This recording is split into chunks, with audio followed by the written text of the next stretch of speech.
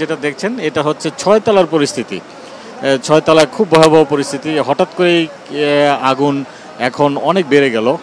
কিছুক্ষণ আগে আমরা পণ্য যেগুলো রয়েছে সেগুলো এবং চামড়া মজুদ, বিশেষ করে এই চামড়া প্রক্রিয়াজাত করার এবং সেই শ্রমিকদের উদ্ধারে কিন্তু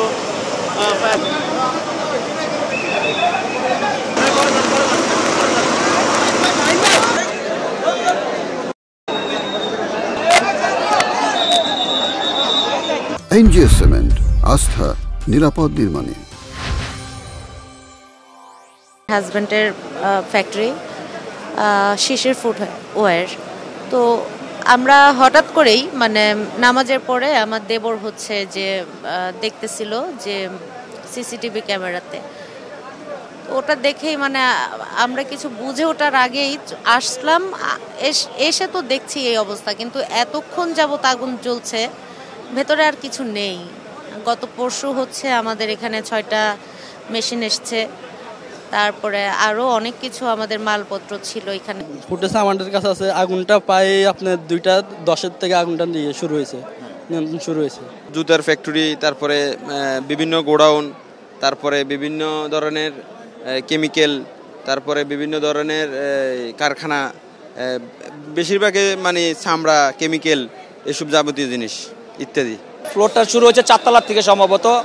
ঢাকায় ছিলাম না, আমি ঢাকায় আসলাম মাত্র, দেখলাম যে আগুনটা জ্বলতেছে, এটা আমার ফ্লোর, আমার সাইড থেকে জ্বলতেছে। এটা ফায়ার সার্ভিস কি করতেছে বুঝতেছি না। ফায়ার সার্ভিস কেন ওই সাইড দিয়ে কেন ঢুকতেছে না? লেদার টেকনিক্যালের পিছন দিয়ে কিন্তু জায়গা ফাঁকা, ফায়ার সার্ভিস কিন্তু ঢুকতে পারে। এরা কেন এদিক দিয়ে ঢুকতেছে না? গাড়িগুলো সব নিয়ে কি খেলনা নিয়ে রেখে দিছে? এগুলো কি খেলনা?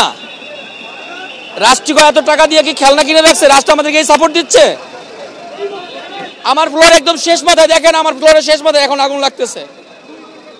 কেন এই দিক দিয়ে গেলে কি এখন আগুনগুলো লাগতো, নিয়ন্ত্রণ হতো না? ফুটওয়ার আইটেমের তেন গেলে আপনার দেখা গেছে এদিকে অনেকজনে গুডাউন সিস্টেমে মাল সামানা রাখতো, কাপড় কুপড়, এইসব আইটেমের মাল সামানাটা বেশি।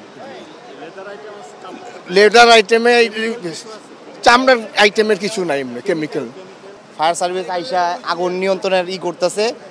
ভিতরে অনেক ক্ষয়ক্ষতি হয়েছে, দেখা যায় অনেক পদের ব্যবসা আছে তো এই জায়গার ভিতরে। আপনার মনে করেন গেঞ্জির কারখানা আছে, মানিব্যাগের কারখানা আছে, আরও অনেক কিছু আছে। আবার আমি শুনছি যে মধুরও বলে কিছু বলে ড্রাম বলে আছে।